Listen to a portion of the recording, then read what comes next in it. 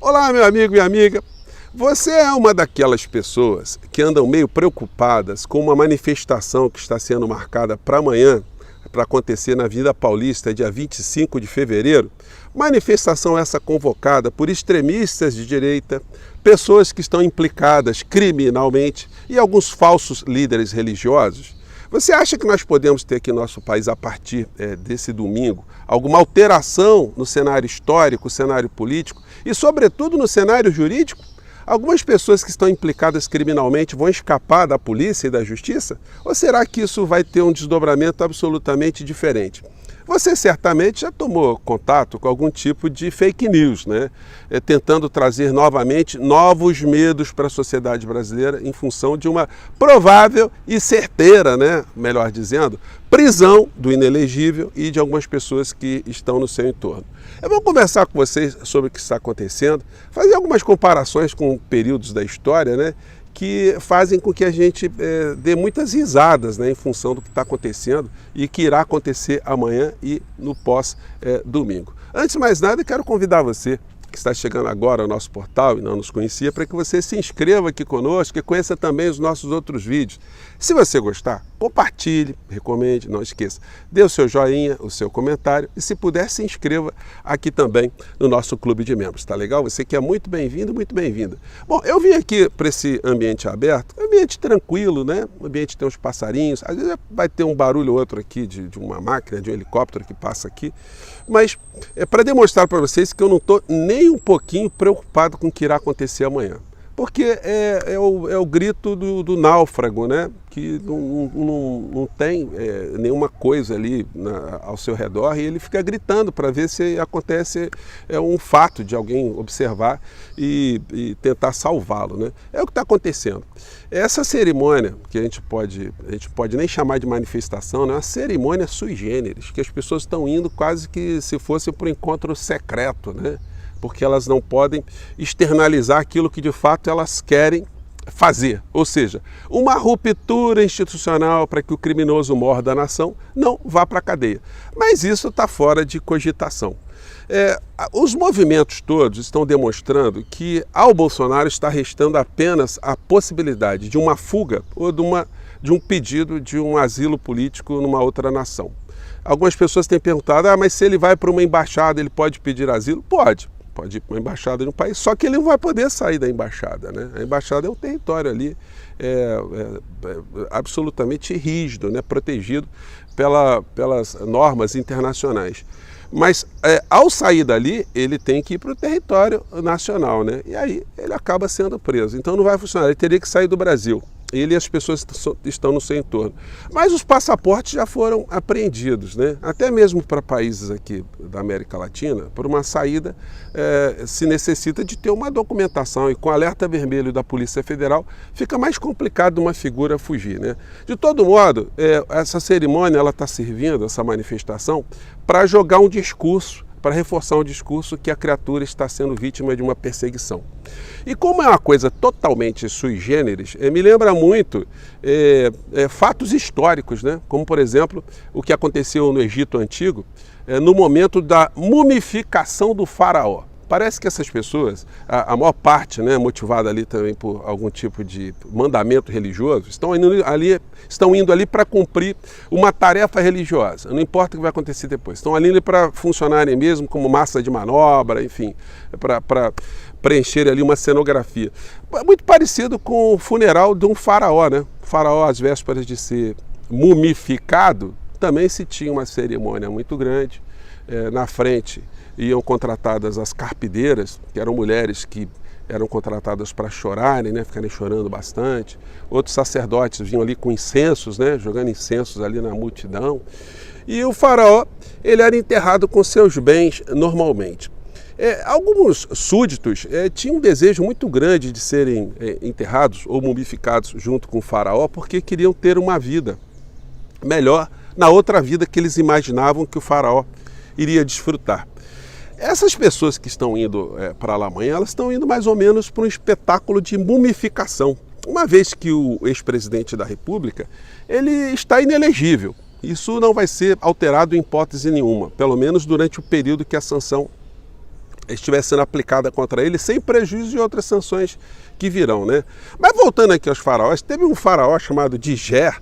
Esse foi mumificado e foi colocado ali numa pirâmide com mais 318 escravos, né, ou servos, ou pessoas que estavam ali no seu entorno, né, e que voluntariamente se colocaram nessa condição. Pelo menos esses são os registros históricos, né? Não se sabe se o faraó mandou vir gente ali que não queria ir com ele para o outro mundo também, né? Mas fato é que eles ficaram ali. Os faraós construíam as suas pirâmides como uma preparação do dia que ele fosse morrer, que ele fosse partir para outro mundo.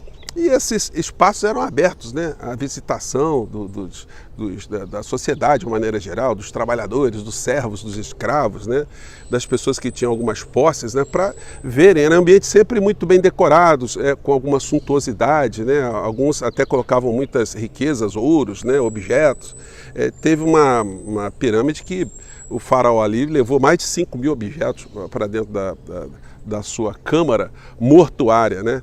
É mais ou menos isso que está acontecendo. Tem até uma curiosidade que me ocorreu agora falando com vocês, é que no processo de mumificação, os sacerdotes eles extraíam o cérebro do faraó. Bom, nessa mumificação imaginária, né? nessa comparação, nesse quesito especificamente, os sacerdotes não teriam muito problema com a figura do inelegível, porque ele está demonstrando que cérebro não é um órgão muito bem desenvolvido nele. Tanto é que essa manifestação, sem fazer mais jocosidades merecidas à criatura, não está sendo convocada por ele. Ele não é um estrategista político. Ele foi se metendo em todas as situações improváveis. Quando ele percebeu logo no começo que tinha entrado pelo caminho errado, ele já não tinha mais volta. O caminho teria que ser pela violência, pela mentira, pela usurpação, pelo mau uso da máquina pública, pela mistura de religião com política, por todo tipo de esperteza, todo tipo de trambique, todo tipo de espionagem. E isso tudo acabou não dando certo. E agora, depois de muitos anos que nós tivemos aqui no Brasil, de ferramentas com o uso do medo contra a sociedade que não funcionaram, eles estão agora tentando a última bala de prata no quesito pânico, para fazer com que pessoas como você e eu, a gente tenha algum tipo de receio do que poderá acontecer a partir desse dia 25. E eu posso adiantar para vocês que não vai acontecer absolutamente nada, exceto uma escassez maior de produtos em supermercados para as pessoas que estão querendo comemorar e vão fazer churrascos, vão comprar bebidas, carnes, vão comprar carvão, refrigerantes, para fazerem festas, porque isso é a única coisa que vai restar, além de uma tentativa de se escapar dessa situação toda. E aí, como eu disse para vocês no começo do nosso papo aqui, aí as autoridades têm que redobrar a vigilância para que ele não escape.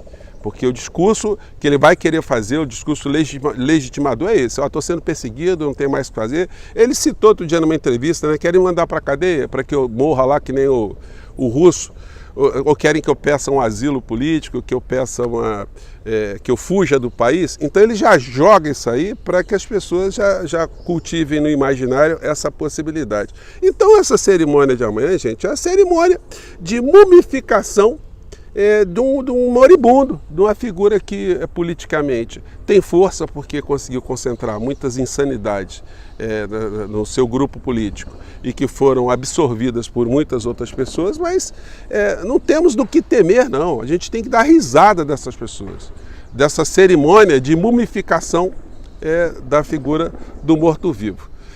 E aqui no Brasil, e aqui do lado, coisas estão acontecendo, né, para mostrar contrastes, porque que nós não temos a menor condição de ter algum tipo de receio. Sequer aqui no Brasil nós estamos vivenciando uma situação de perturbação econômica que afete a sociedade, como está acontecendo na Argentina agora.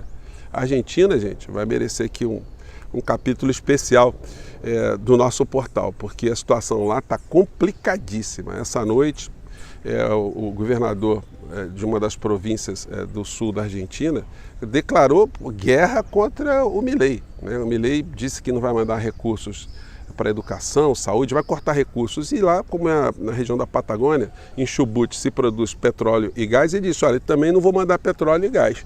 Então, não vou mandar combustíveis e gás, né? Então, está uma crise, os governadores todos estão se unindo a esse governador que está sendo ameaçado, publicações nas redes sociais, enfim.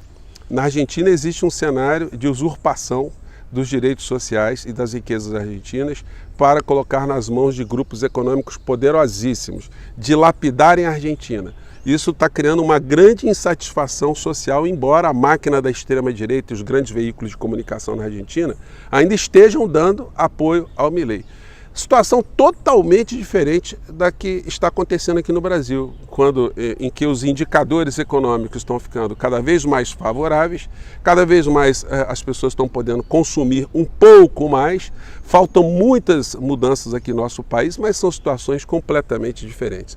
Portanto, meu amigo, minha amiga, não fique preocupado. Amanhã nós vamos ter a cerimônia da mumificação. Então, quando você tiver a cerimônia da mumificação, ao final dela, você vai ver só a colocação da criatura no sarcófago e a partir daí nós vamos ficar observando, né, os discípulos fazerem ali as suas orações ou jogar muito incenso para um lado e para o outro para tentarem ficar mais ludibriados em função da realidade que se abaterá sobre muitas delas, né? Eu fico por aqui, gente, mais uma vez. Um grande abraço. Mais tarde temos assuntos e imagens interessantíssimas. Tchau!